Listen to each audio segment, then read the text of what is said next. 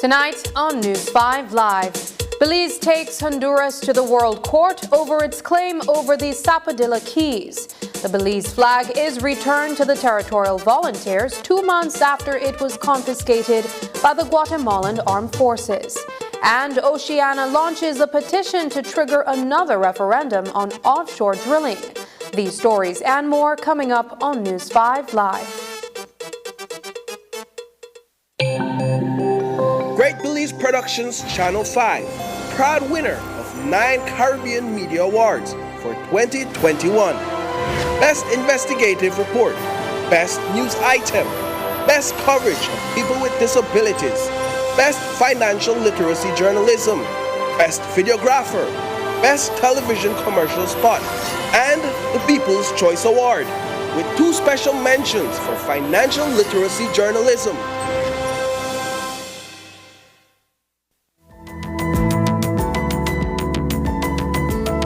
Smart introduces Real Unlimited Postpaid Plans, providing customers with unlimited talk, unlimited text, and unlimited data. Now that's a real great deal. With Smart Plus, Share 1 and 2, and Enterprise 1 and 2 plans, you can talk as much as you want, text as much as you want, and for the first time ever in Belize, you can enjoy unlimited data with your postpaid plan. So come in and sign up for an unlimited postpaid plan and enjoy limitless possibilities. In addition, other plans such as the Flex Junior, Choice, and Select have been boosted with a lot more talk, text, and data, providing you with the best value for your budget. Be unlimited with Smart. It's time to power your dollar with Smart. It's an massive season with massive deals and rewards at Penny's. From now through December 31st, earn double P-Bucks on store-wide purchasing every Friday and Saturday. That's right, 2 times the P-Bucks, which means 2 times the cash back when shopping at Penny's. Plus, get even more rewards with P-Bucks Builders on home goods, tiles, appliances, paints, and lights. And don't forget, there's also massive deals and discounts on tiles and the best brands in paints like Benjamin Moore and BH. Rewards, deals, P-Bucks. You can get it all this massive season only at Penny's, celebrating 75 years of quality and savings.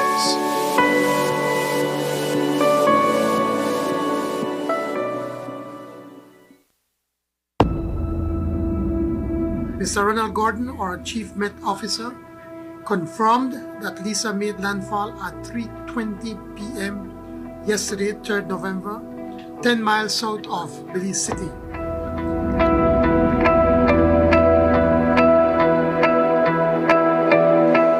The impact of Hurricane Lisa on Belize City has been devastating. Families, lives have been disrupted. People, livelihoods, business livelihoods, obviously has been severely impacted.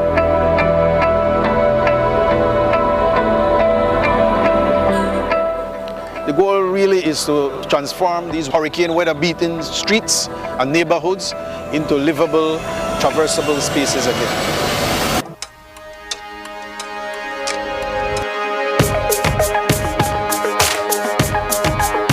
Getting back to some measure of normalcy. It's a wide cross-section of partners encompassing both public, private sector, of course being led by the government of Belize, the Ministry of Infrastructure. We have NEMO with us, we have CEMO, we have the Belize City Council, the Orange Walk Town Council, the BDF, the Coast Guard, and a wide scope of other partners. Obviously, their efforts here today is being met with great enthusiasm and optimism by the people of Belize City. For us at SITCO, it means more muscle on the ground to achieve the task. We face one of the greatest natural disasters ever brought upon the city. In my lifetime, in their lifetime, we face it together. Now it's even more important that we face the recovery process, the rebuilding process together. We must exercise patience on all accord.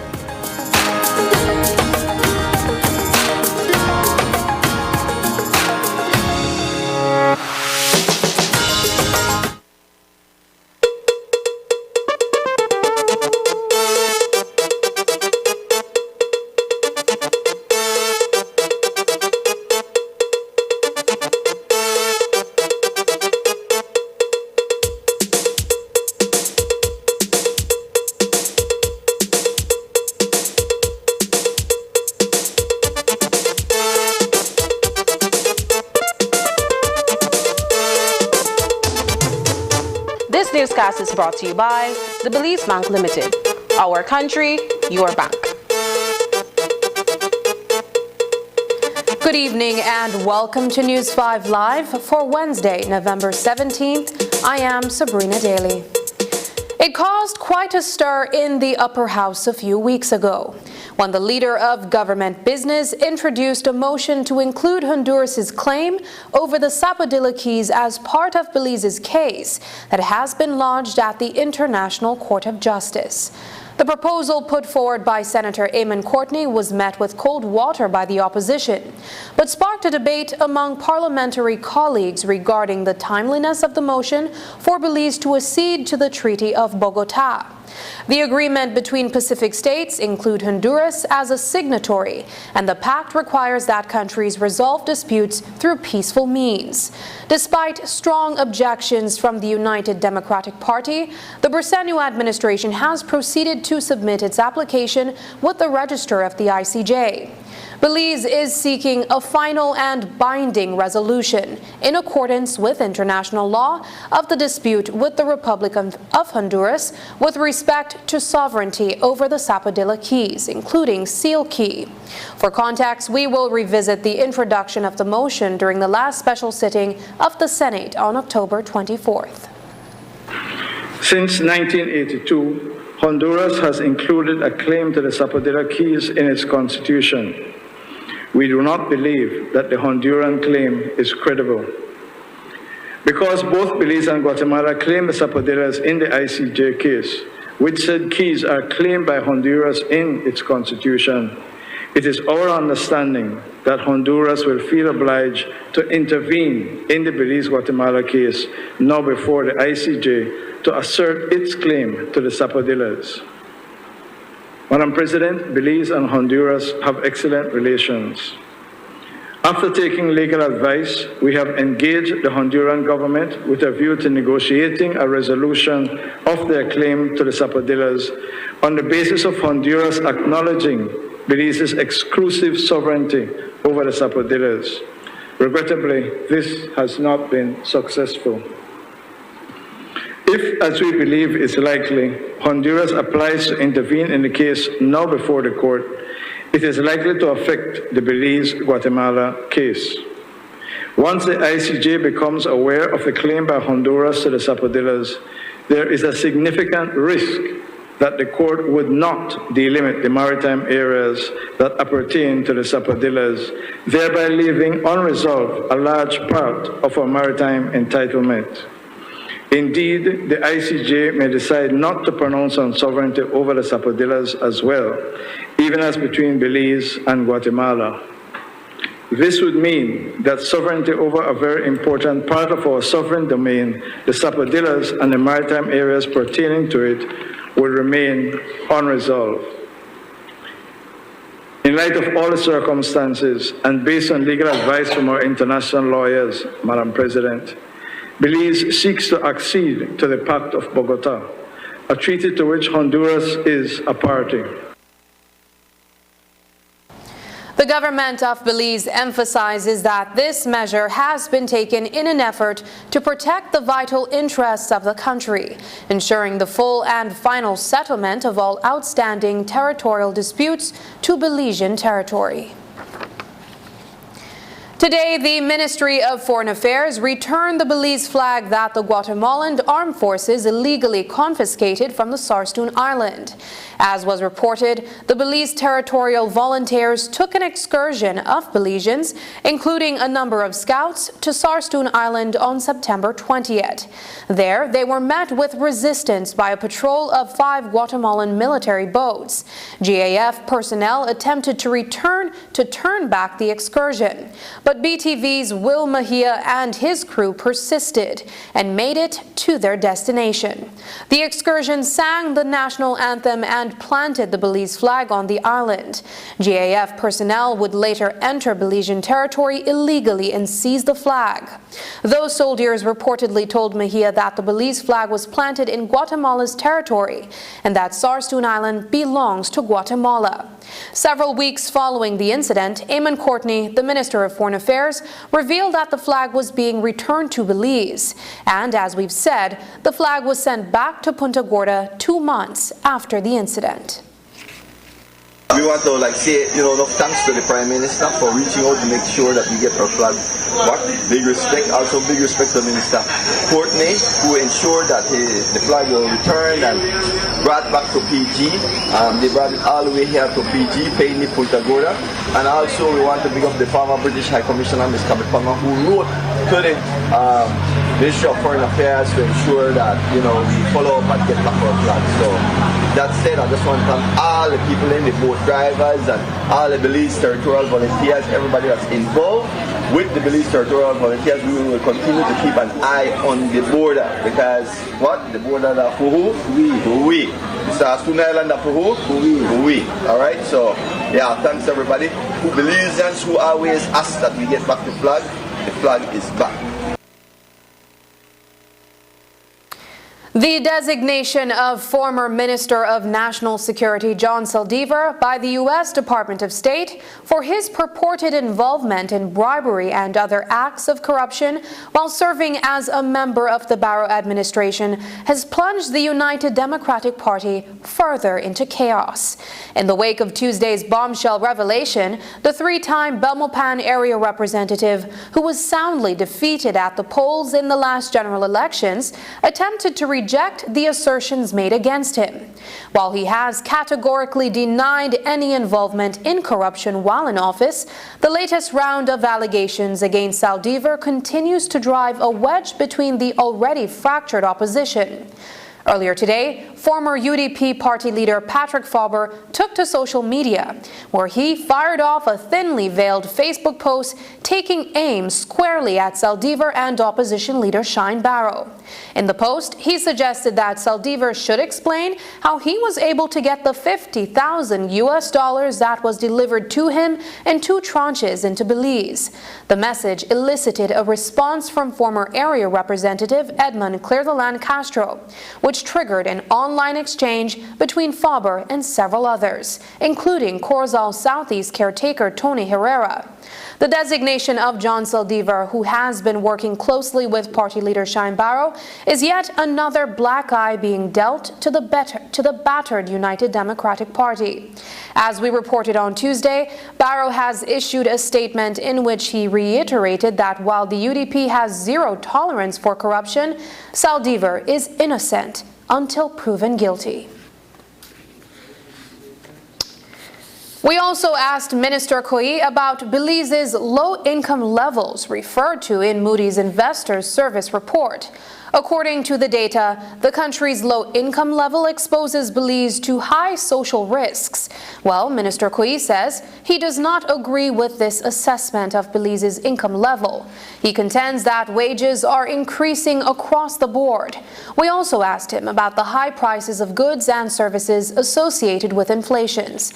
Many Belizeans are wondering when they can expect some relief. Here is what he had to say. I don't know that I would agree to. There's certainly it certainly varies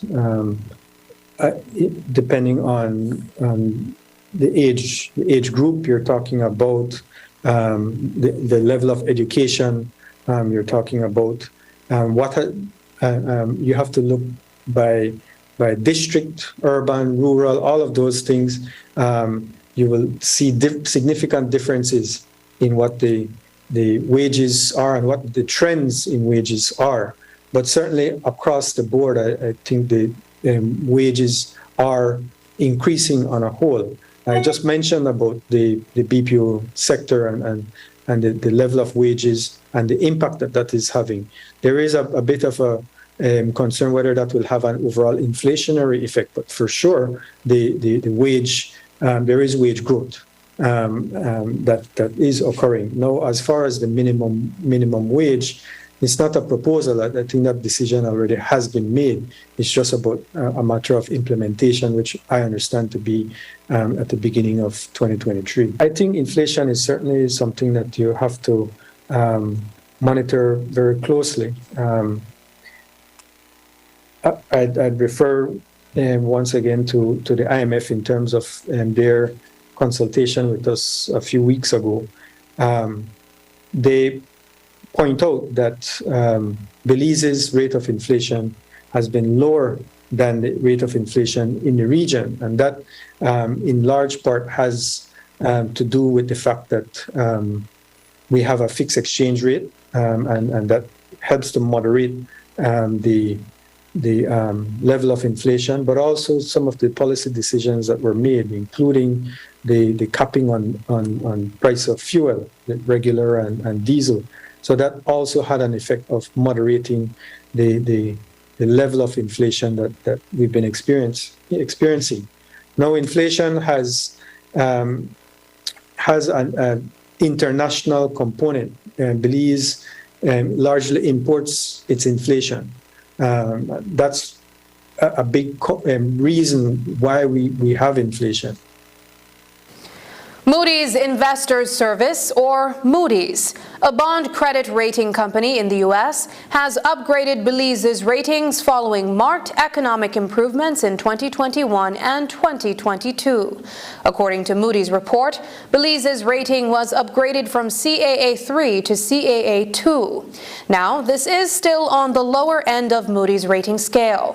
Notwithstanding the grade, the report highlights the fact that Belize's economy has seen significant growth over the last 2 years, particularly where the country's GDP is concerned.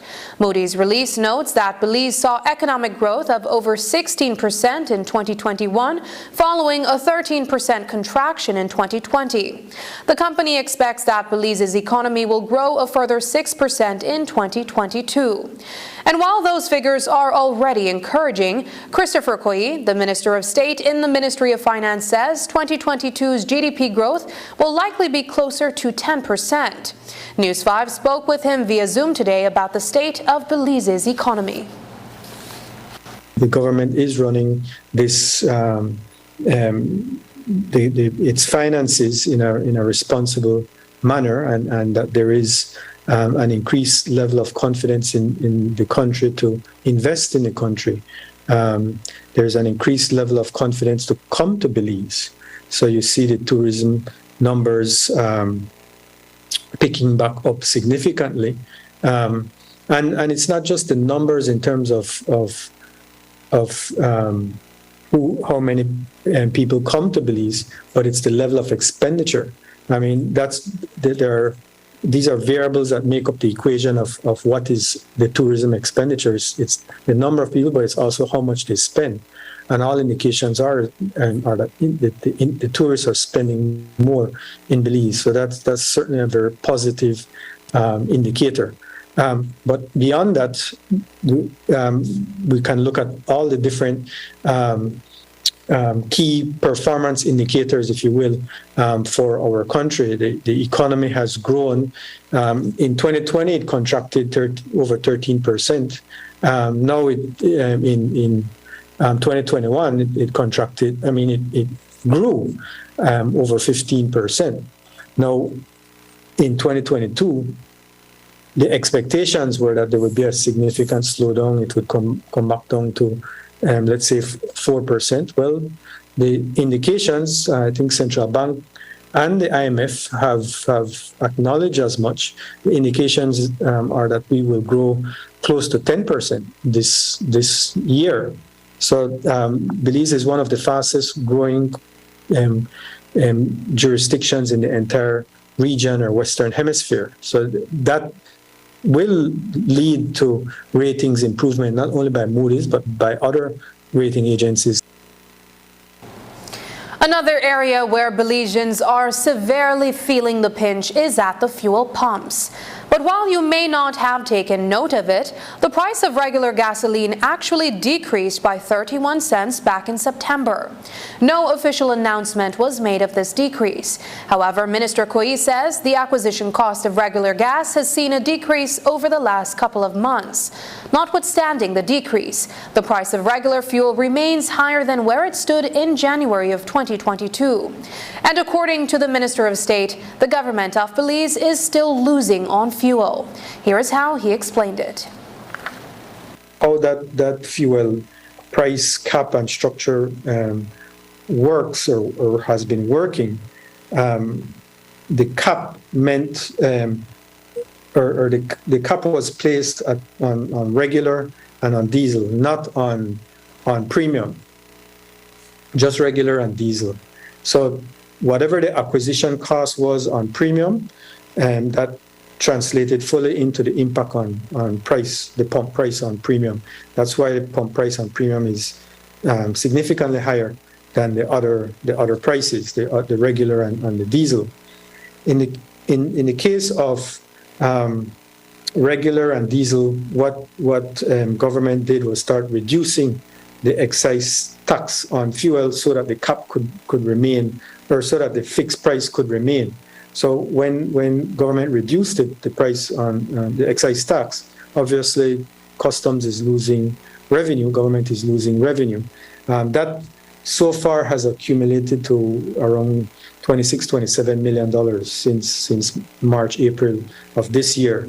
Now, at some points in the year, it was extreme. I think the excise tax had been reduced to virtually zero in one instance. But ultimately, the prices have started to come back down, but it hasn't actually come back down to where it was in January of this year. So we are actually still losing, just not as much. We're losing a lot less. In the case of regular, there was a point in September, October, when the price of regular came down below what the price was in January, and that's how you saw the first reduction in the price cap on regular. I think it was at $13.50, and it was reduced to $13.19 or something like that. So that was a reflection of the price of regular. The acquisition cost of regular coming down, so that was reflected in the reduction. The same same cannot be said about diesel. The price of diesel continues to increase on the global market, largely due to the conflict between Ukraine and Russia. Minister Koyi told us more. In the case of diesel, it's a significantly different story. Diesel prices have not come down in the same way that regular prices have come down. And the explanation given to us is also in the case of what's happening in Europe, the war in Ukraine, and their adjustment in Europe in terms of shifting away from natural gas. Remember that Europe was trying to get, or has been getting much of their natural gas from Russia. And the effort now is to try and wean off of Russian natural gas. The substitute for that natural gas until whatever comes from the US fully kicks in is diesel. And so because that has become the substitute, the demand for diesel has gone up, which means the price increases as well. So then the diesel prices have not come down anywhere close to what it was back in January. So it's been hard to try and reduce back the price of diesel when in fact the acquisition cost hasn't come down to allow that. Coming up, at least 80 schools suffered damages caused by Hurricane Lisa.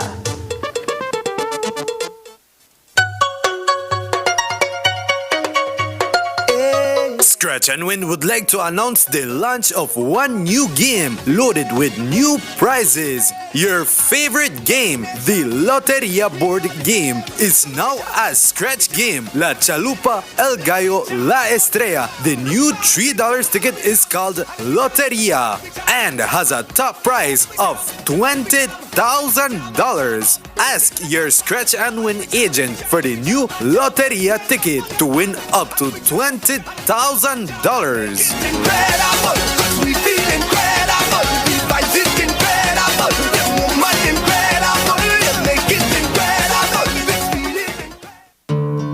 I had a black dog.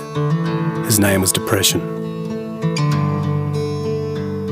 Whenever the black dog made an appearance, I felt empty and life just seemed to slow down. He could surprise me with a visit for no reason or occasion. The black dog made me look and feel older than my years. When the rest of the world seemed to be enjoying life, I could only see it through the black dog. Activities that usually brought me pleasure suddenly ceased to. He liked to ruin my appetite. He chewed up my memory and my ability to concentrate. Doing anything or going anywhere with the black dog required superhuman strength. At social occasions, he'd sniff out what confidence I had and chase it away. My biggest fear was being found out. I worried that people would judge me. Because of the shame and stigma of the black dog, I was constantly worried that I'd be found out. So I invested vast amounts of energy into covering him up. Keeping up an emotional lie is exhausting. Black dog could make me think and say negative things. He could make me irritable and difficult to be around. He would take my love and bury my intimacy. He loved nothing more than to wake me up with highly repetitive and negative thinking. He also liked to remind me how exhausted I was going to be the next day. Having a black dog in your life isn't so much about feeling a bit down, sad or blue. At its worst, it's about being devoid of feeling altogether. As I got older, the black dog got bigger and he started hanging around all the time. I'd chase him off with whatever I thought might send him running. But more often than not, he'd come out on top. Going down became easier than getting up again. So I became rather good at self-medication, which never really helped. Eventually, I felt totally isolated from everything and everyone. The black dog had finally succeeded in hijacking my life. When you lose all joy in life, you can begin to question what the point of it is. Thankfully, this was the time that I sought professional help. This was my first step towards recovery and a major turning point in my life. I learned that it doesn't matter who you are, the black dog affects millions and millions of people. It is an equal opportunity mongrel. I also learned that there was no silver bullet or magic pill. Medication can help some, and others might need a different approach altogether. I also learned that being emotionally genuine and authentic to those who are close to you can be an absolute game changer. Most importantly, I learned not to be afraid of the black dog, and I taught him a few new tricks of my own. The more tired and stressed you are, the louder he barks, so it's important to learn how to quiet your mind. It's been clinically proven that regular exercise can be as effective for treating mild to moderate depression as antidepressants, so go for a walk or a run and leave the mutt behind. Keep a mood journal. Getting your thoughts on paper can be cathartic and often insightful. Also keep track of the things that you have to be grateful for. The most important thing to remember is that no matter how bad it gets, if you take the right steps, talk to the right people, black dog days can and will pass. I wouldn't say that I'm grateful for the black dog, but he's been an incredible teacher. He forced me to reevaluate and simplify my life. I learnt that rather than running away from my problems, it's better to embrace them. The black dog may always be part of my life, but he'll never be the beast that he was. We have an understanding. I've learned through knowledge, patience, discipline and humour, the worst black dog can be made to heal. If you're in difficulty, never be afraid to ask for help. There is absolutely no shame in doing so. The only shame is missing out on life.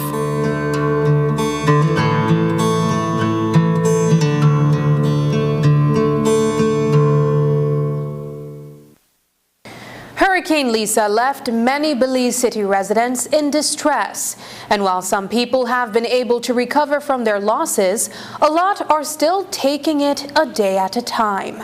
But some schools were also damaged in the strong Category 1 hurricane. Today, Minister of Education Francis Fonseca revealed that at least 80 schools suffered some kind of damage caused by the hurricane, and that number is bound to increase as the assessments continue. The final cost is yet to be determined. We hit the ground right away, right after the hurricane. All clear was given. We worked very closely with the Ministry of Infrastructure Development in carrying out a full assessment of our school properties across the country.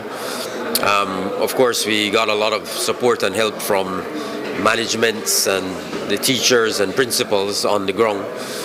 So there were many schools. I think our initial assessment showed that there were probably around 80 schools, but that's still ongoing, so that figure will go up.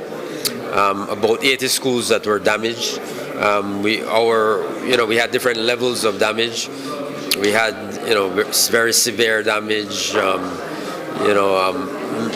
medium damage, and then we had very minor damage where a window was broken here and there, or that sort of thing. So all of that assessment has been put together along with the full NEMO report. And that will form a part of the government's efforts to raise funds to assist with the recovery efforts. We have to be patient, and where we can, we've been trying to work with schools to address basic infrastructure needs to address in the short term. But in terms of long-term structural damage, we will have to wait until those monies are available. And then we will try to assist. Earlier today, the National Chamber of Commerce, Tourism and Services of Chetumal handed over a donation of relief supplies to the government of Belize. The donation, which will assist persons impacted by Hurricane Lisa, includes an assortment of hygiene products and groceries. Presenting the donation was Mexico's ambassador to Belize, Martha Zamaripa Rivas. On hand to receive the shipment of relief supplies was CEO Amalia Mai of the Ministry of Foreign Affairs and Foreign Trade, and Colonel Shelton DeFore, National Emergency Coordinator for the National Emergency Management Organization. The Ministry of the Blue Economy and Civil Aviation today signed a Memorandum of Understanding with the University of Belize for institutional cooperation. The signing comes only 2 weeks after the ministry introduced its Blue Economy Development Policy and Strategy and the first Belize Maritime Economy Plan. Minister of Blue Economy and Civil Aviation, Andre Perez, spoke of the importance that the policy and strategy has identified and sets the priority area of capacity building, education, and research. The signing of this MOU is very timely, as only 2 weeks ago in San Pedro, Ambergris Key, we officially launched the Belize's first ever Blue Economy Development Policy and Strategy, and the first Belize Maritime Economy Plan. It is important to highlight that the Blue Economy Development Policy and Strategy has identified and sets forth the priority area of capacity building, education, and research. As necessary, it is necessary for the sustainable development of Belize's blue economy. In implementing actions under this priority area, the Ministry of Blue Economy and Civil Aviation, what we call MBECA, we hope to collaborate with national and international entities to work towards reducing the skills gap between education offer and labor market needs in Belize, improve communication and cooperation between education and blue industries. One is to work towards a development of a Blue Economy Research Center. Two, to collaborative support to the management of maritime protected areas through joint training, research projects, and technical programs to enable knowledge transfer and research collaboration. Three, to seek sponsorship and aid in delivery of an annual symposium focused on the blue economy. Four, to seek sponsorship and aid in the delivery of an annual aviation day to focus on the workings of the Belize Department of Civil Aviation, as well as for the dissemination of general aviation information for the overall sector. The MOU also calls for collaboration between UB and the ministry that will afford the National University an opportunity to focus on civil aviation projects. This is an aspect of the agreement that will see the institution take part in new and innovative projects, as President of UB, Dr. Vincent Palacio, and Minister of Education, Francis Fonseca, expressed enthusiasm over. Through this MOU, both UB and the Ministry of Blue Economy and Civil Aviation will cooperate wherever possible in their collective efforts and resources to share knowledge, expertise, data, and information to strengthen the common interest and respective missions of the institutions. Some of the activities we will jointly execute include, and I'll list a few, because I'm ready. We're ready. Conferences and research in our natural areas of interest. So conferences is a natural way of sharing knowledge from researchers and from people in the industry to come in to interact with our students. We want to develop a Blue Economy Research Center. That is novel. That is something that I think will set us apart from the rest from the region. That it is critically important for our ministries to engage with the National University of Belize. This is our university. This is the National University of Belize. And so it's critically important for our objectives, our strategies, our work that we do in government to be aligned with the goals and objectives of our national university. So critically important. The drug planes seem to have subsided with their wanton landings in the remotest parts of Belize. When they do, it's primarily because what we currently have does not enable us to detect their approach. But Belize will be ready in the latter part of 2023 to be able to detect and better track these planes before they enter airspace.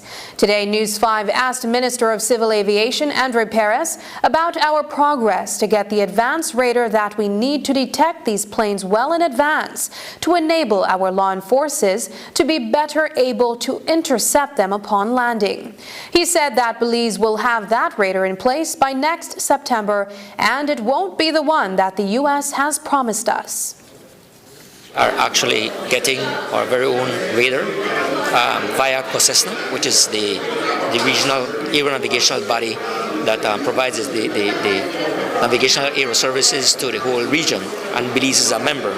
So Belize, being a member, qualifies to getting this radar that is going to be somewhere between $6.5 to $7 million. So it is something that Belize has earned fair and square, and it's not really a donation.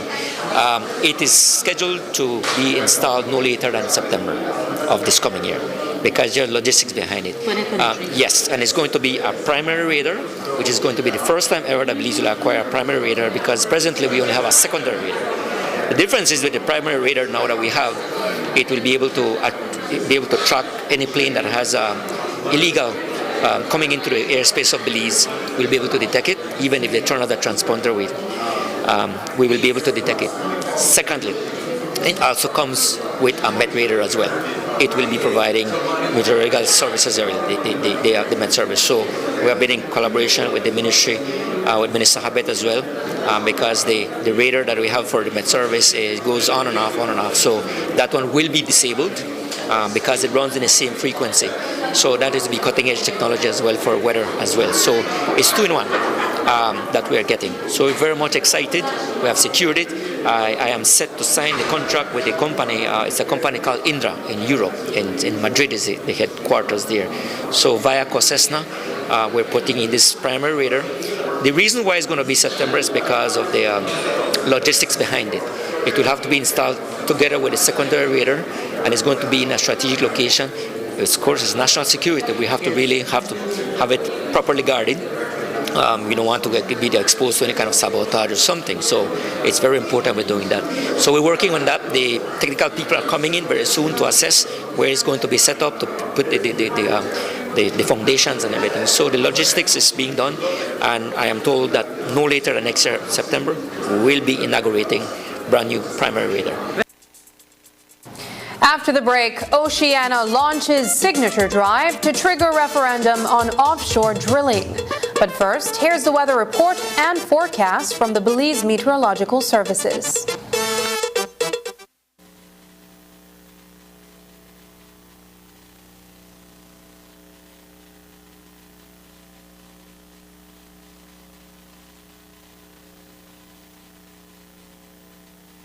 A pleasant good evening, Belize, and welcome to your weather report and forecast for tonight, Thursday, November 17, from the National Meteorological Service. I am Ronald Gordon.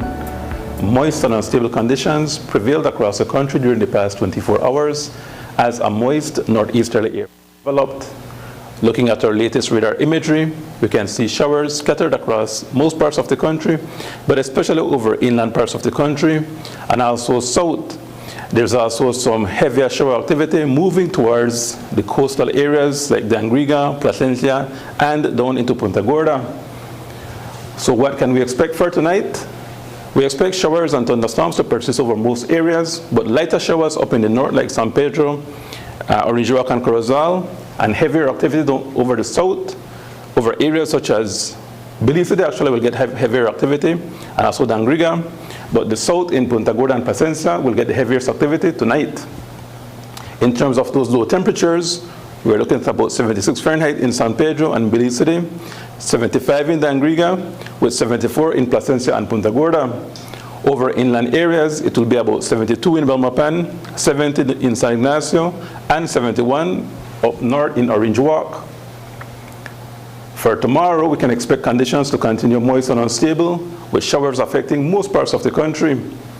Looking at our forecast, you can see that the southern parts of the country, such as Dangriga, Placencia, and Punta Gorda, will have the heaviest activity, while it will be showery in Belize City and San Pedro, but to a lesser extent. Up north in Corozal, Orange Walk, and out west in Belmopan and San Ignacio, you can expect lighter rain to affect you.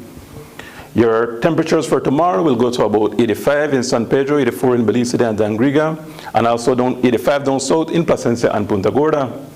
Over inland parts of the country, it will be a bit warmer with about 88 in Belmopan, and also 89 in San Ignacio to about 87 up north in Orange Walk. So what can we expect for the next 4 days? We can expect conditions to continue moist and unstable tomorrow with a few showers affecting most parts of the country. For Saturday, which is the 19th of November, and I know most of you are planning to go to the south, we expect it to continue moist with showers affecting most parts of the country. Those will linger through to Sunday with a slight decrease on Monday as a moist northeasterly airflow continues to affect the country. In terms of your tropical weather outlook, we can see that the Gulf of Mexico is cloudy, but with mostly layered clouds as we would describe it. There's a cold front extending from across the Florida Keys, western Cuba, down into Yucatan Peninsula, where it becomes stationary. This front will not cross the country of Belize. However, the high pressure ridge behind this front is supporting the moist northeasterly airflow that is affecting our weather. Showers and thunderstorms further down south near Panama is associated with an active intertropical convergence zone. Winds at the higher levels of the atmosphere are actually producing some outflow that is supporting showers all the way north towards the coast of Honduras and Nicaragua. Looking to your marine conditions for tonight, we expect winds out of the northeast at 10 to 20 knots. That will continue tomorrow, with winds becoming gustier tomorrow night in showers and thunderstorms. Your waves will be 3 to 6 feet, becoming 4 to 6 feet tomorrow and tomorrow night. Sea conditions will be choppy to moderate, becoming more moderate tomorrow and tomorrow night. However, for tomorrow night, we expect that conditions can become rough during showers and thunderstorms, so a small craft caution will likely go into effect. In terms of your astronomical conditions, there will be a high tide at 5:13 tomorrow morning, a low at 12:17 tomorrow afternoon, and another high at 6:17 tomorrow evening. Sunrise will be just a minute before 6 in the morning, while the sun will set at 5:16 tomorrow evening. The moon will rise at 4 minutes past 1 tomorrow morning and set tomorrow afternoon at 1:46. And that's your weather report and forecast prepared by the National Meteorological Service and sponsored by the National Climate Change Office through the UNDP Climate Promise from Pledge to Impact Project. Have a restful evening and join us again tomorrow for your next weather report and forecast.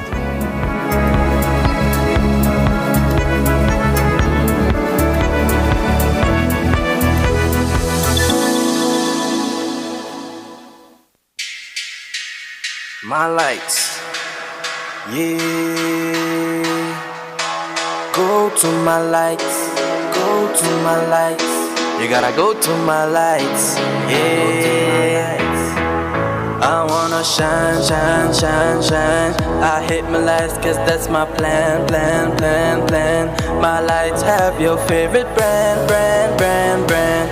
Just come with nothing in your hands, hands, hands, hands. My lights, and it goes on and on and on. It goes on and on and on, yeah. I wanna celebrate with my lights, sing yeah, yo, baby let's go.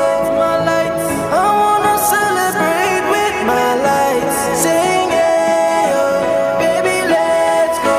We going to the stars, but we gon' do right. We gon' light a life, only with my light. We going to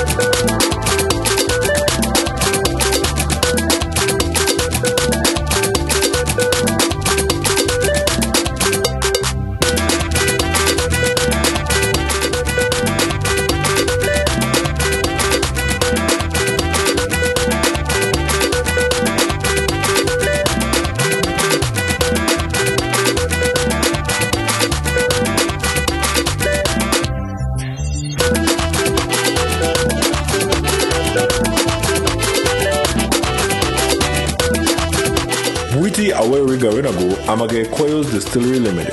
Happy Garifuna Settlement Day from Quails Distillery Limited.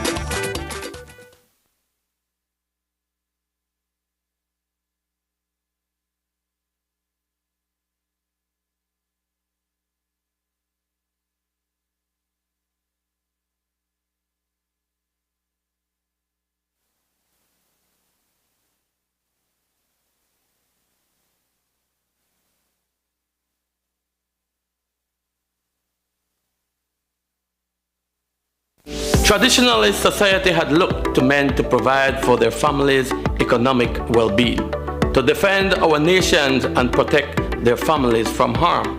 As human society evolves, so do our role in society. In today's world, we appreciate many more contributions that our men make to our society, the workplace, and the home. On International Men's Day, we acknowledge the traditional and evolving contributions of our Belizean men. We encourage you to celebrate International Men's Day on November 19th under the theme Recognizing Belizean Men and Boys. This message is brought to you by the National Commission for Families and Children in collaboration with UNICEF.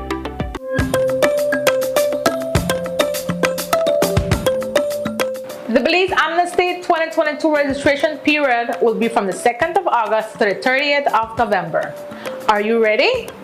While we prepare, let's clear up a few misconceptions about Amnesty 2022. If my application is not approved, will I or my family face deportation? No, Amnesty 2022 is instead an opportunity for you and your family to call Belize home permanently. Is payment required upon submitting my application? No, payment is only required after approval of your application. Will Amnesty 2022 be giving away citizenship? No. If you're eligible for amnesty, applying means you have an opportunity to gain permanent residency in Belize. To find out if you are eligible and how to apply, we invite you to log on to www.immigration.gov.bz. Belize Amnesty 2022. Let's continue to build Belize together.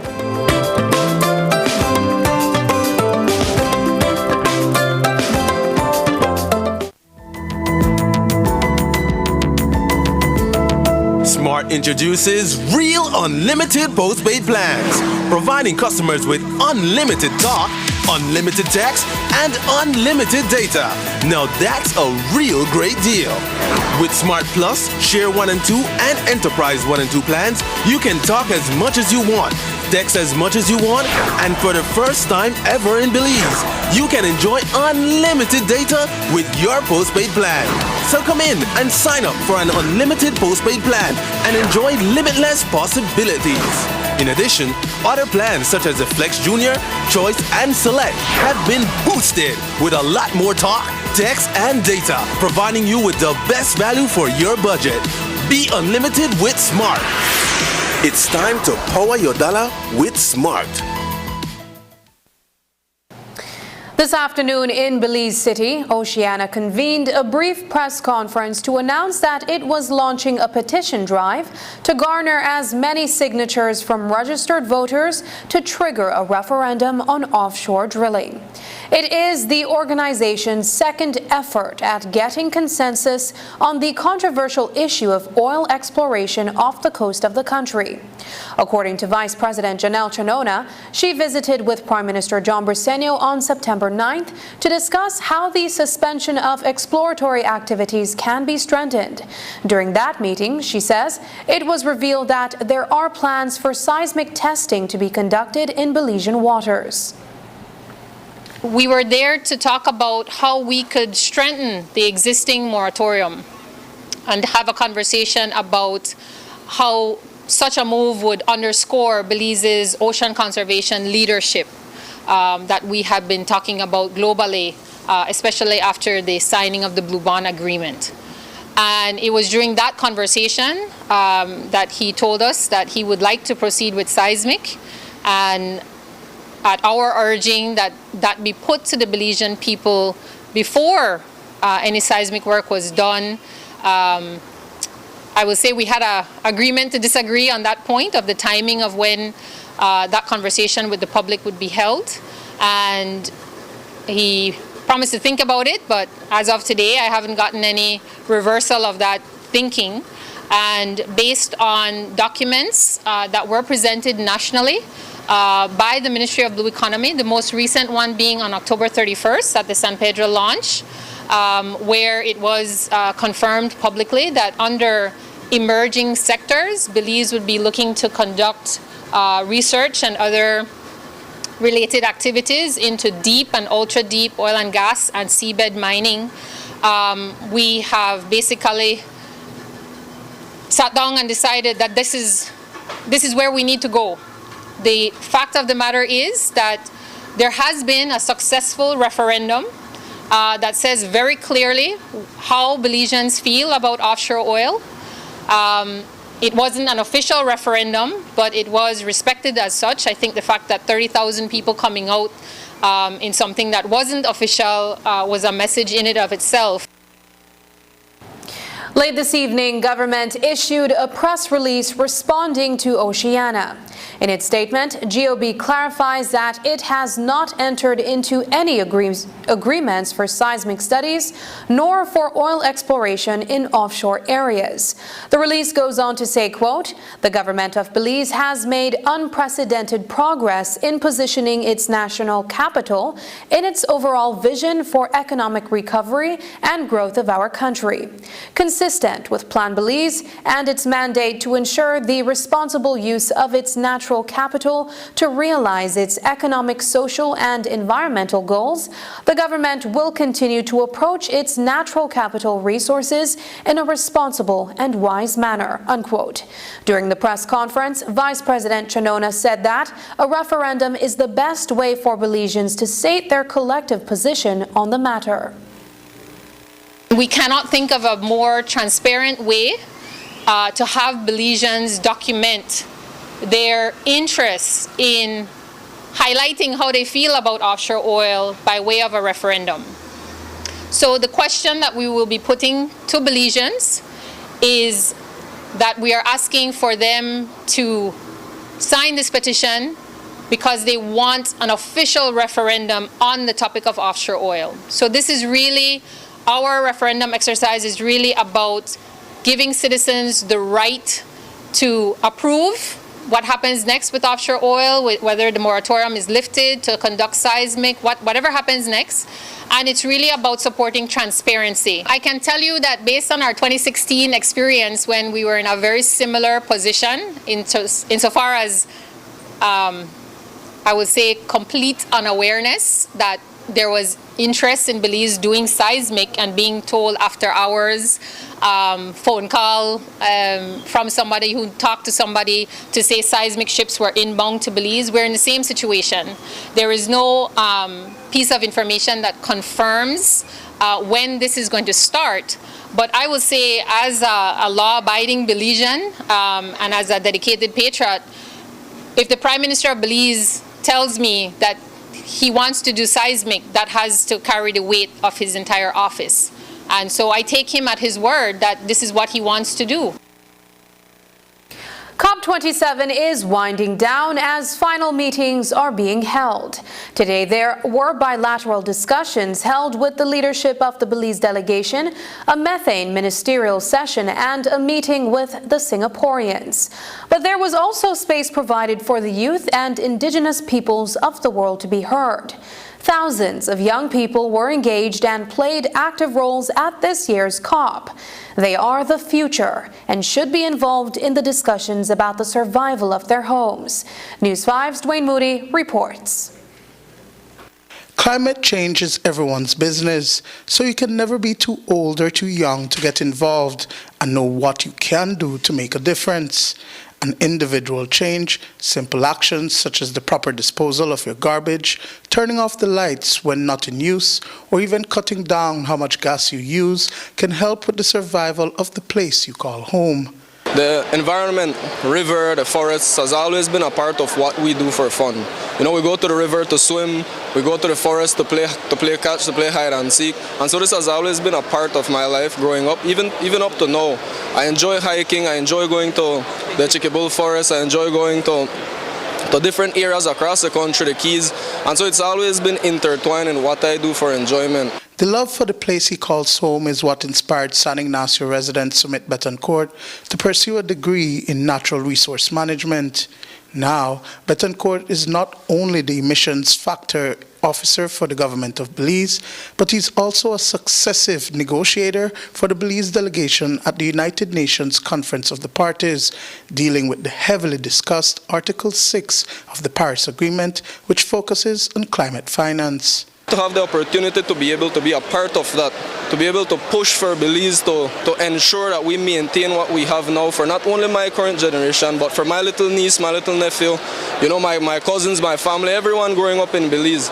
Because truly the way some actions across the world are going, it's really having an impact on us. You see the damages from Hurricane Lisa most recently. You know, these are millions of dollars in damage, but that's not the only thing that damages. This displaces people, which at the center of all this, you need to have there's that human element, that connection with our people back home. So it's important for me to be able to play a role in combating the impacts of climate change, a meaningful role. And so I'm very fortunate and I'm proud to be here at COP27. The youth voice at COP is critical, and that space is provided through YOUNGO, the Young Non-Governmental Organizations, which is the official children and youth constituency of the UNFCCC.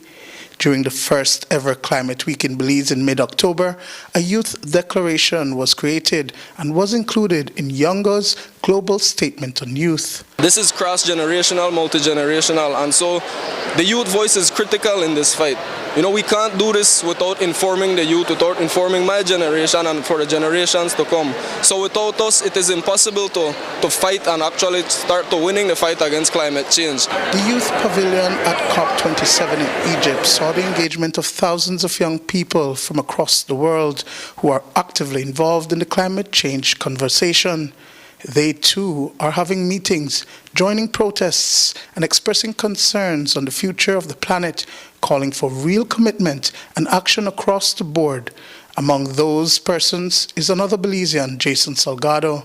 Young people have been around for quite time within the youth space of international climate space, and we believe that it's really important because young people can contribute with a lot of recommendation. Young people are affected by climate change, so we know what's happening, so we have the solution, we can innovate, we are professionals, and we think that we can provide the positive solution and bring them to the table. And there are many more like Salgado who are resolute in wanting to be a part of the change. UNICEF's Regional Climate Change Advisor for Latin America and the Caribbean region, Reyes Lopez, is impressed by the youth turnout and participation this year. This is the first time there is a youth pavilion. So that speaks really loud about how late I'm beginning to include children and youth into the conversation, into the climate processes. So I think it's really important to start from that basis. Speaking with different negotiators, different colleagues at the COP, we have seen that still we have a lot to do to advance the rights of children in the negotiations. The climate crisis is a child crisis. It's a crisis that is not in the future, it's happening now. And the most impacted are children who have little agency, who have not the economic resources to bounce back, not a political kind of like push to really make the decisions or voices heard. So we are really aiming to have these platforms for them to speak out, to be part of the conversation and to be, of course, part of the solution. Lopez feels, however, that there can be more participation by Caribbean youth. For this COP, maybe because it's too far, I haven't seen much representation from the Caribbean. So I think it's a point to really highlight. We want for them to be part of the conversation. We all do have a role to play fighting on this crisis. Young people who are interested can really do their fair share by recycling, by learning about the science about climate change, about engaging with local organizations, about engaging within themselves with different ideas. We are really pushing for governments to include young people to be part of the delegations that sit at the table and negotiate. And we have clear good examples from the region. There are multiple levels of participation in the climate change battle, and as Betancourt puts it, a country's resilience starts at the community level. Most recently in Hurricane Lisa, there were multiple organizations, youth organizations and youth in general who contributed to recovery. You know, you see these actions and you know, my personal friends are there. You can see it in the news. And so it's as simple as you wanting to contribute in any effort within your community. Reporting for News 5 from COP27 in Sharm el Sheikh, Egypt, I'm Dwayne Moody. Like the youth, there is also an Indigenous Peoples Pavilion at COP27. They believe that as traditional stewards of the earth, they should have a seat at the negotiation table, as their practices may possibly be part of the solution to the climate crisis. Indigenous people from across the world, some whose lives are under constant threat in their home country, made their way to Egypt to ensure that their voices are recognized and respected. Belize's very own Pablo Mies and Christina Koch are attending this year's COP. On Wednesday, Koch made a high-level statement in the sessions. News 5's Dwayne Moody reports. They were easily identifiable at the COP proceedings in headdresses and traditional cultural attire through the corridors and meeting halls at the International Convention Center. Indigenous peoples believe that they deserve a principal seat at the negotiating table. They were, after all, the first to sound the alarm that the climate was changing. Indigenous peoples have long been raising the alarm on climate change because, quite frankly, it directly affects their livelihoods, it affects their lands, their territories, their distinct ways of life. And Indigenous peoples are stewards of natural spaces, natural forests, natural worlds. And so obviously we're the ones that would be the first to pay attention when something is changing. While there have been inroads made and a space created for their voices to be heard, are Indigenous peoples being respected enough? Is their traditional knowledge, which can be linked to climate science, being disregarded? It has been falling on deaf ear. Even as we stand right now, Indigenous peoples are operating on the periphery. You know, they're always marginalized. There's always a sense of discrimination against the voices of Indigenous people, the important voices. Yet, there's a lot of rhetoric, right? Indigenous people's traditional knowledge are important to climate change solutions. No one should be left behind. And still, Indigenous voices are not being front and center while we are on the front lines of the climate change struggle. And so we have to really wake up because we don't have any more time left. But Christina Koch of the Maya Leaders Alliance in Belize says that the solution to climate change will not happen without acknowledging and accepting Indigenous peoples as allies, because their survival too depends on it. There will not be a climate change solution without Indigenous peoples. And so it's important to really include Indigenous peoples from the design of climate change, adaptation change, include Indigenous peoples' leadership meaningfully. Their participation should be meaningful. It shouldn't be just a box that we tick off, you know. It's important that our traditional knowledge and practices are incorporated in all adaptation solutions. It's important that when we think about mitigation, that we also think about it from a human rights framework, from an Indigenous peoples framework, because we do have international laws that protect our rights as Indigenous peoples.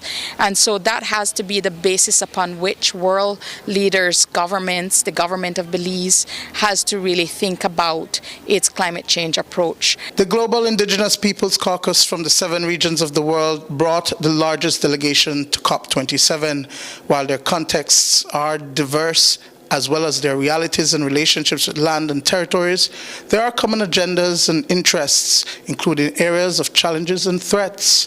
Cantuta Conte is a youth from the Aymara indigenous people of Bolivia and South America. I'm from Bolivia. I am from La Paz. I am from the Aymara community in Timusi and Tiwanaku. My parents are from there.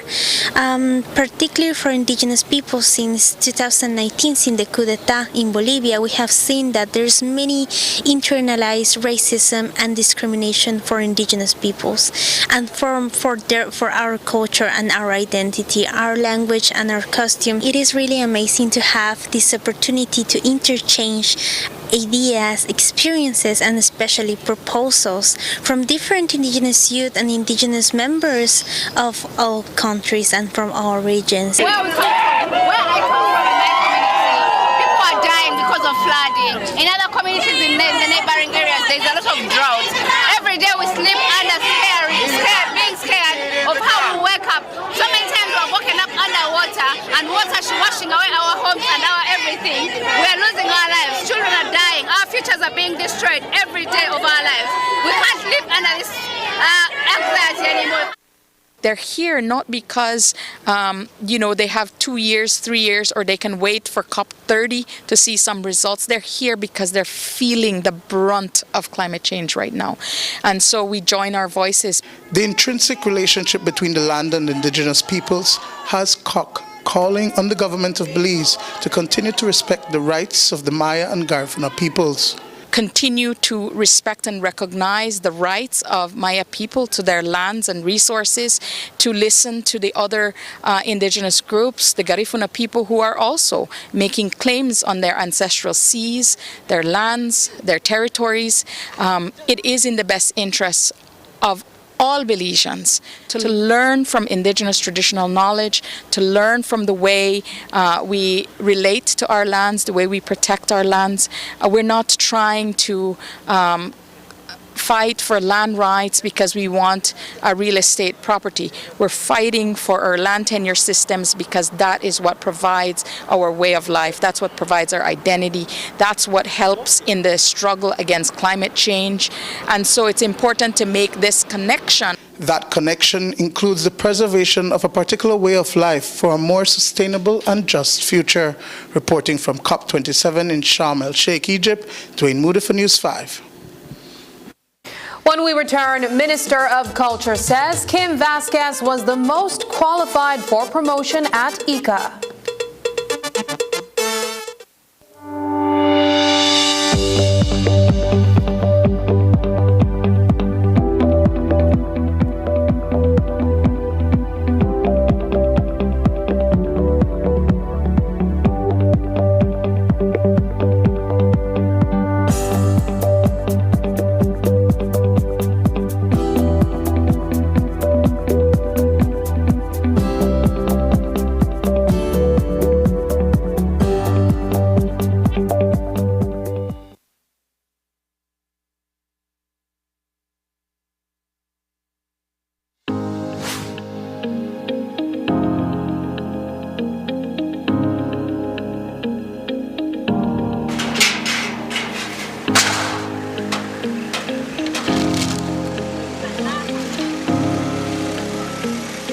MIDH has mobilized all of its technical team, including housing, including CBA, and so they're on the ground doing analysis house per house to give a report. It will be done 2 phases. The first phase is to help people immediately that need shelter, and so that will be done through Colonel Defoe. And then our ministry will take the long-term plan, which is how can we replace homes that were totally destroyed. And so that's why we are here visiting with the Deputy Prime Minister in his constituency to be able to get a first-hand experience. Our being on the ground is about assuring people, encouraging people, letting them know that the government will be with them. We'll figure out a way out of this. We'll support them to rebuild and get back on their feet and return to some sense of normalcy after this devastation that we've experienced. So this is what we're trying to do whilst assessing the extent of damages and how serious it is and what kind of effort it will require from the government. We have right now about maybe 8 to 9 contractors that are on the ground. They brought in their backhoes, their trucks, and then we also have the BDF and the Coast Guard coming in to assist. It's a good feeling to be able to know that you can depend on people when you really need it. It's a very huge effort. It's an understatement of the century. Because in Belize City, I know at least in our constituency, it's every other house that's been hit by the hurricane, whether it's roof torn off or a portion of the roof or walls caving in or entire houses collapsing. It's really a lot. It can overwhelm you. I'm in awe. I'm thankful. It shows that the Belizean spirit can come together when we have an emergency. So it's a good showing.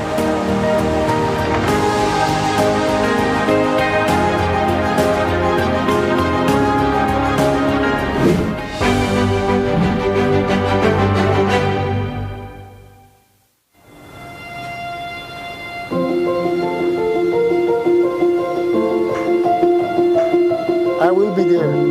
Thank you so much. Why are you so excited?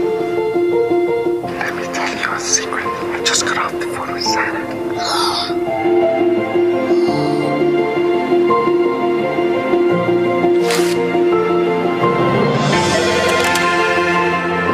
Hi, Santa. For Christmas, I want a pea shooter, a football.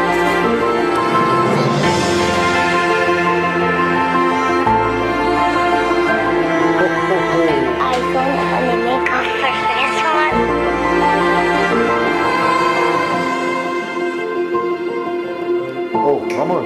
1 second.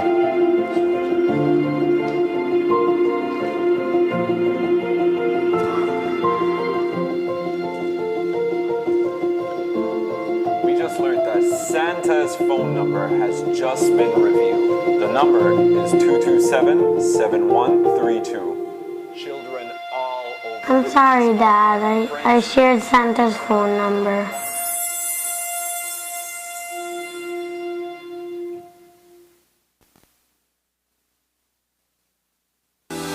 You want a mobile service provider that allows you to stay connected with fast, reliable LTE coverage anytime, anywhere.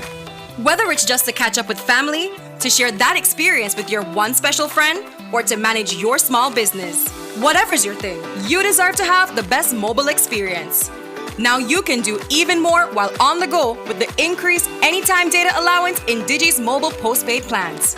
You now enjoy 8 gigs of anytime data starting at only $55 monthly. Or share up to 120 gigs of anytime data with up to 6 of your closest friends. That's more LTE data for you to enjoy during the day, nights, and weekends. No restrictions. So keep your gigs up with more data plus unlimited talk and text in all Digi postpaid plans. Visit a Digi store near you to sign up today. All you need is a valid ID and proof of address. It's time to get on Belize's fastest mobile 4G LTE advanced network. Visit livedigi.com to find out more, or hit us up on WhatsApp or Facebook. Digi, our national telecom. Time to wake up. Time to prepare for the day. Time to learn. Time to make a difference. Time to look after yourself. Time to see your healthcare provider. Don't let cervical cancer stop you from unleashing your potential. Now is the time to get vaccinated. Now is the time to get screened. Now is the time to end cervical cancer. For more information, visit us at www.paho.org/endcervicalcancer.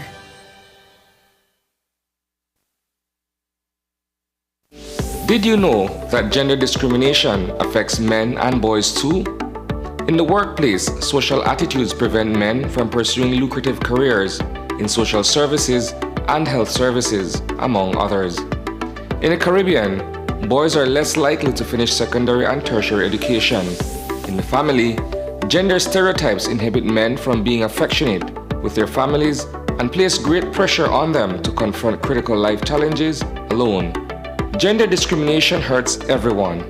Let's join forces where all Belizeans have the opportunity to develop their full potential as human beings. We encourage you to celebrate International Men's Day on November 19th under the theme Recognizing Belizean Men and Boys. This message is brought to you by the National Commission for Families and Children in collaboration with UNICEF. The season where allies become rivals is here. Get ready for the FIFA World Cup 2022. Enjoy exclusive discounts on TVs and accessories just in time for the World Cup. Whether you're on the market for a 32 or 65-inch TV or one in between, we have all the sizes in stock now. 32-inch TCL Smart TV start at only $519 and 32-inch Samsung Smart TV at only $599. Love the game even more when you upgrade your entertainment experience with our Premier TV wall mount starting as low as $39 and our affordable surge protectors for only $35. Take advantage of these deals and visit us at any of our Cellular World stores in Belize City, Belmopan, and San Pedro, or shop with us via our virtual store using Facebook, Instagram, or WhatsApp at 615-5141. Promotion ends December 17th.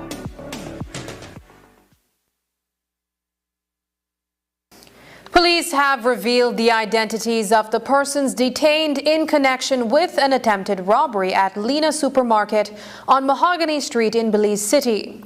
They are 23-year-old Marquise Conarchy, 23-year-old Nolbert Smith, and 24-year-old Keenan Castillo.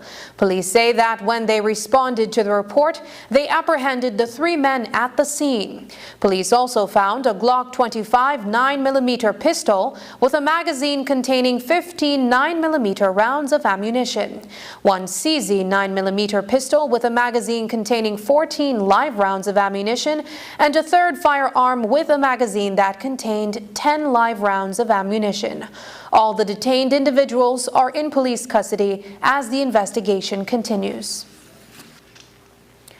Earlier this week, we heard the news that Kim Vasquez has been promoted to the post of Director of the Institute of Creative Arts, ICA.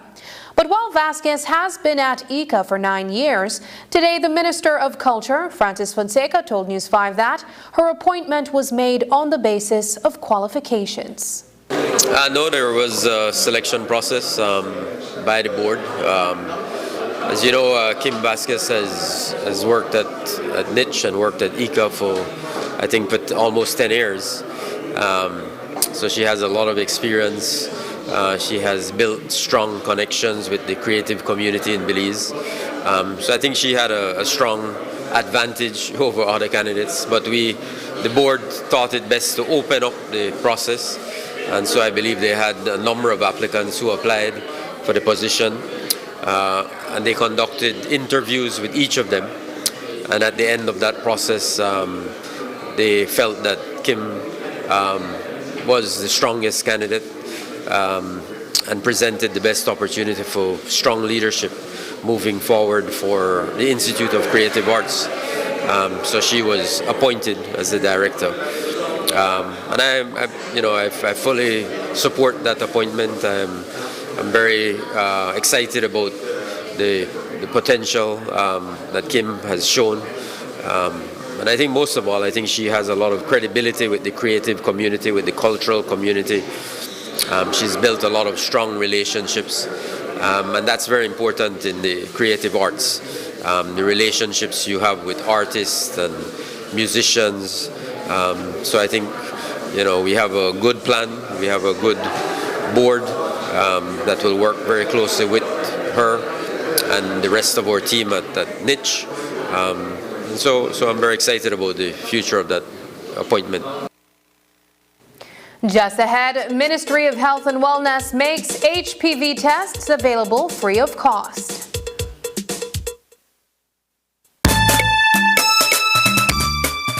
The festive, soulful, rhythmic, and stimulating celebration of Garifuna Settlement Day 2022 follows a not-so-festive natural disaster, one that was especially painful for Belize City. But guess what? Aubu, Amuru Nu, Hagaburu Bay, Garinago, Awasera Meme, Wama Lao. I for you for me, is the Garifuna way. Let us continue to move forward. See, this year's celebratory theme is not only inspiring, but also timely. as it's the principle that is right now allowing Belize City to bounce back and move forward. Municipalities from across Belize, brothers, sisters, neighbors, friends, and strangers are joining hands to restore life and provide a safe refuge for most of those displaced by the recent disaster. In some ways, this mirrors the Garifuna story that brought this rich, indispensable group to our southern coast, and one that has prevailed in the face of insurmountable struggles, time and time and time again. Belize's Garinagu have shown how perseverance can transform into glory, how authenticity can establish heritage, how togetherness can bring about upliftment, and how beautiful life can be when one insists on dancing to the beat of their own drums. Without a doubt, the Garifuna have made an indelible mark in the jewel's treasured story and continue to produce champions along Belize's developmental journey. From that, and for everything Garifuna, the food, the music, the history, the heritage, and the people, the entire team at the Belize City Council wishes all a most happy Garifuna Settlement Day.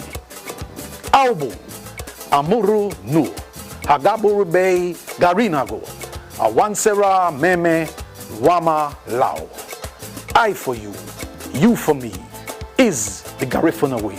Let us continue to move forward.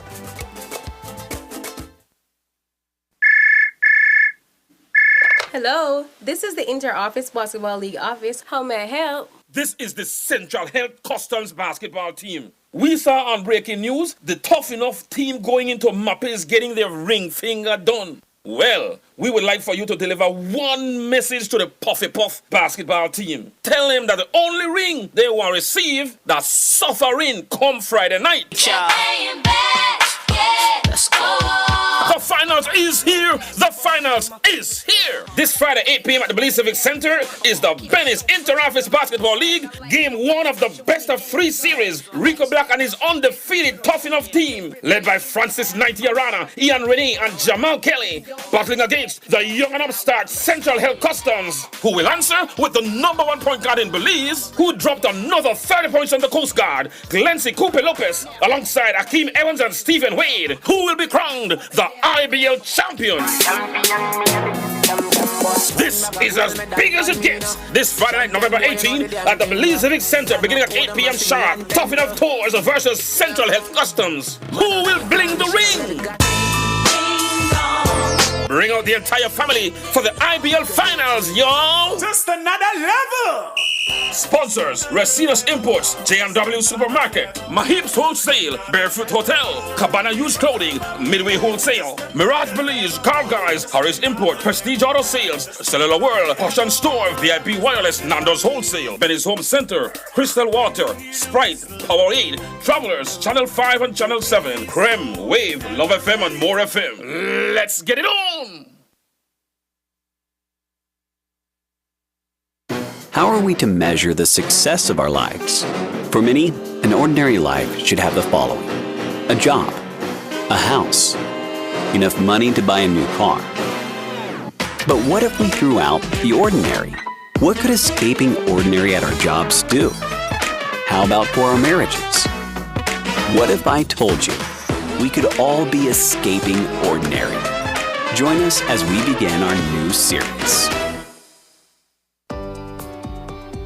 Good morning, sir. Good morning. Can you produce your driver's license, please? Sure, no problem. Okay, Mr. Vernon, it's valid. Yep. Mr. Vernon, did you know your insurance will be up tomorrow?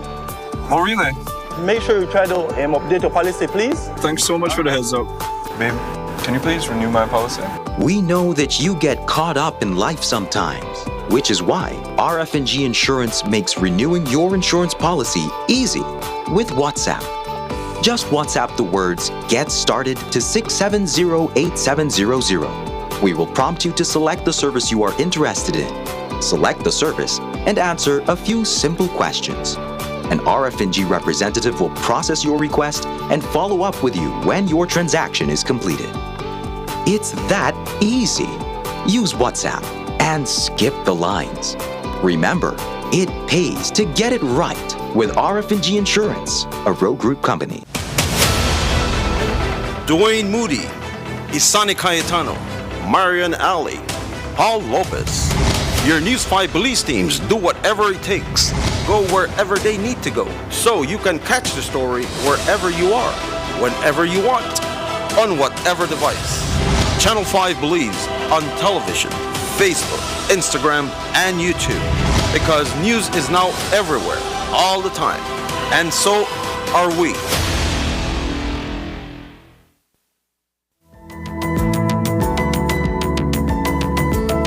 Smart introduces Real Unlimited Postpaid Plans, providing customers with unlimited talk, unlimited text, and unlimited data. Now that's a real great deal. With Smart Plus, Share 1 and 2, and Enterprise 1 and 2 plans, you can talk as much as you want, text as much as you want, and for the first time ever in Belize, you can enjoy unlimited data with your postpaid plan. So come in and sign up for an unlimited postpaid plan and enjoy limitless possibilities. In addition, other plans such as the Flex Junior, Choice, and Select have been boosted with a lot more talk, text, and data, providing you with the best value for your budget. Be unlimited with Smart. It's time to power your dollar with Smart. After a rough week of school, Jake and his friends decide to treat themselves to frozen coffee. And since they don't have cash on them, they decide to use eCash. With eCash's geolocation feature, Jake can easily find the nearest coffee spot. With eCash's built-in option to split bills, Jake can pay the bill and his friends can reimburse their portion of the bill. Jake scans the merchant's code and confirms payment. Jake then views his transaction history and taps on the transaction recently made, then taps the Split the Bill button where he selects the Evenly option to evenly split the bill. The application splits the bill automatically. His friends receive and accept the request. Geolocation and splitting the bill via eCash makes Jake enjoy his digital lifestyle.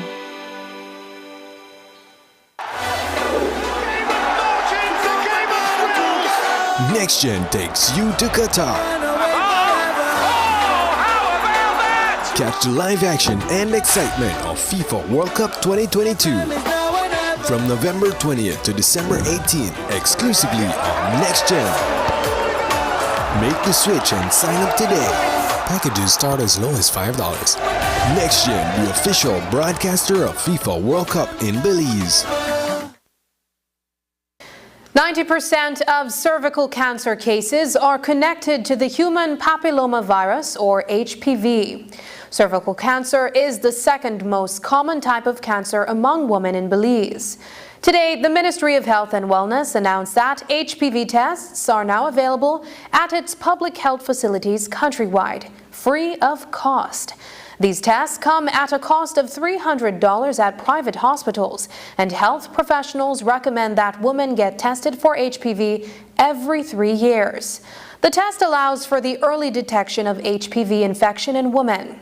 Women 25 to 65 years of age are the target population for HPV testing, particularly women who have never done cervical cancer screening and those who were last screened more than 3 years ago. We spoke with representatives from the Ministry of Health via Zoom about the availability of these tests. We know that cervical cancer is a public health problem not only for Belize but worldwide. Cervical cancer is preventable if we use the HPV vaccine and women get screened regularly. And with the screening, we want to improve the access by providing the testing with the human papillomavirus test, because we know now that HPV is linked with cervical cancer. Over 90% of cervical cancer cases are due to the human papillomavirus. We know that the human papillomavirus 16, 18, 6, and 11 is the infective agent, you would say. It's a virus that can potentially cause changes in the cervix. And these changes, if they go unchecked, can lead to cancer of the cervix later on. And it takes a period of 5 to 10 years for that transformation to take place. Classically, what we have done in Belize is to do a pap smear. And what a pap smear does, it picks up the cellular changes caused by the HPV.